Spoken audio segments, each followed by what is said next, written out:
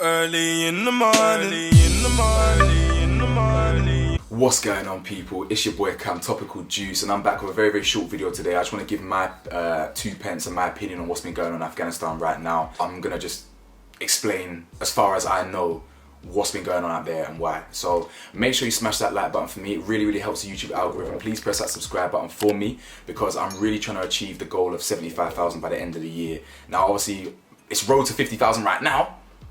And it's not much of the year, look, the year will fly. So hopefully we can get 75,000, but if not, I'll be happy at 50,000. I'd really appreciate it if you can help your boy get there. Press that subscribe button, press that bell button, all that. And yeah, if you want to support your boy's merch, it's tjmerch.store. Now, over the last 48 hours, right, the Taliban have now taken control of Afghanistan, okay? And this is a reaction to the US withdrawing their troops. Now,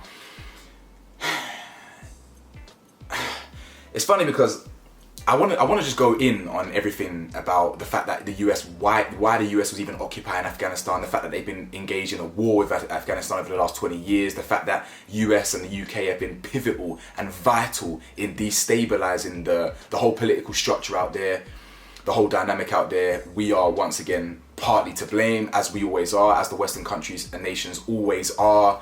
But this isn't new, okay? This isn't new. History will always repeat itself. It's funny because when I was at school, when everyone was talking to me about what my favourite subject was, and this is like 10 years ago, in fact, forget 10 years ago, it's just 15 years ago, yeah, I'm saying history.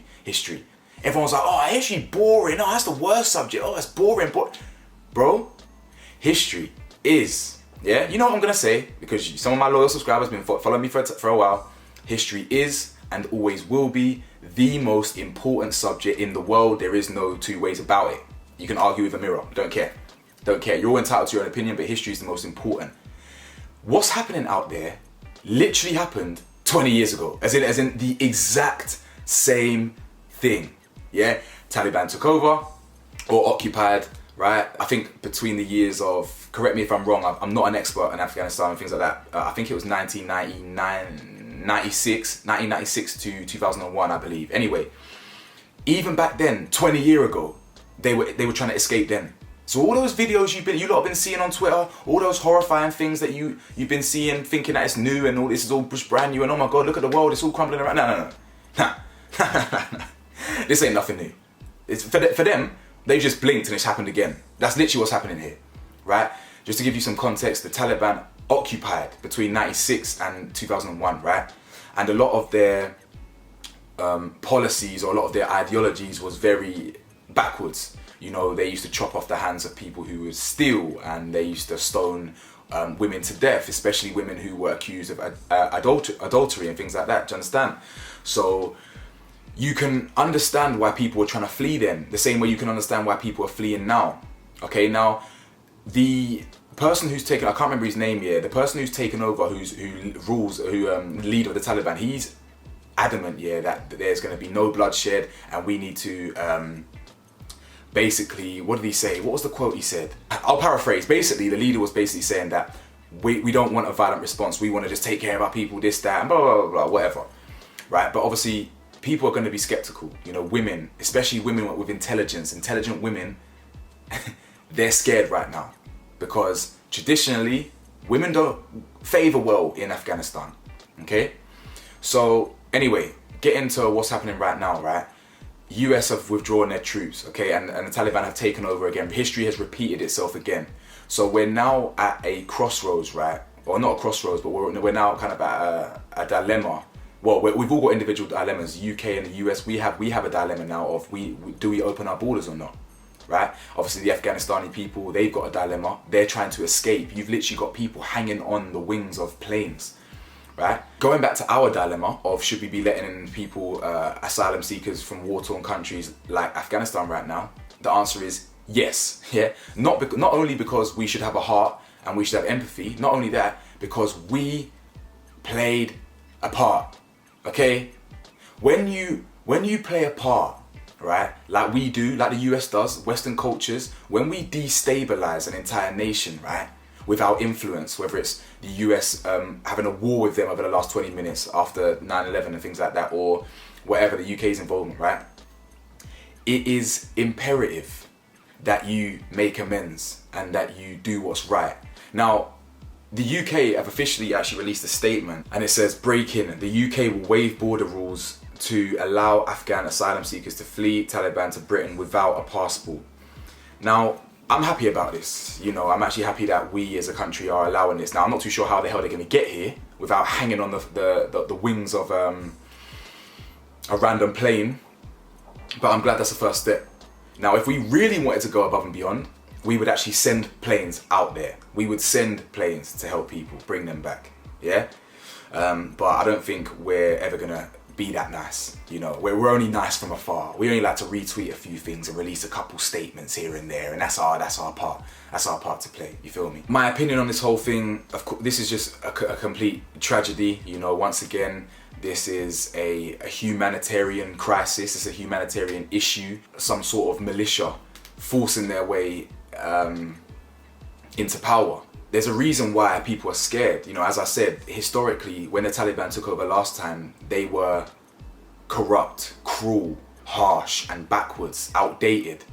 So you've literally got people fleeing for their lives because of what they believe will happen if they stay. So for me, I like to look at the actions. There's a reason why people are fleeing. They must know something that we don't. We're just sat here.